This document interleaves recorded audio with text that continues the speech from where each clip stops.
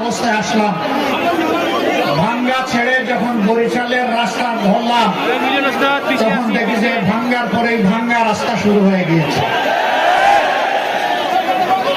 পুরাটা রাস্তা বঙ্গোপসাগরের পানির ঢেউয়ের মতো। রাস্তা আবার মাত্র 2 লেনের, একটা বিভাগীয় শহরের রাস্তা, তাছাড়া পাশে আছে কুয়াকাটা,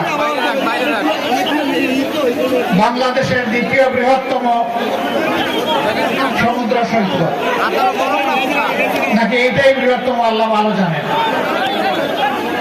এই রাস্তাটা বরিশালবাসীর প্রাণের দাবি যে এটা 6 লাইনে উপনীত হবে।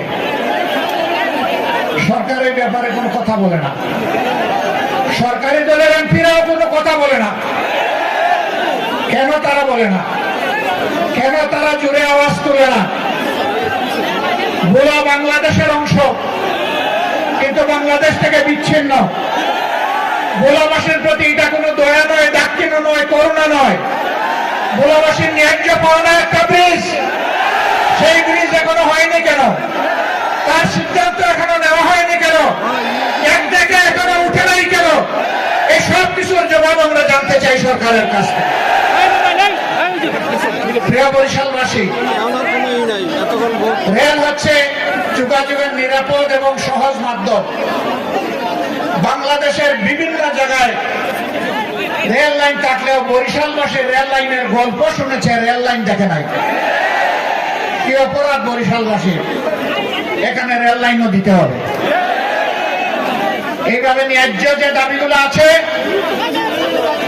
আমি সরকারের কাছে আহ্বান জানাই, আপনারা ওয়াদা করেছেন, আপনাদের 31 দফায় বলেছেন আপনারা যদি ক্ষমতায় যান তাহলে সুষম উন্নয়ন করবেন।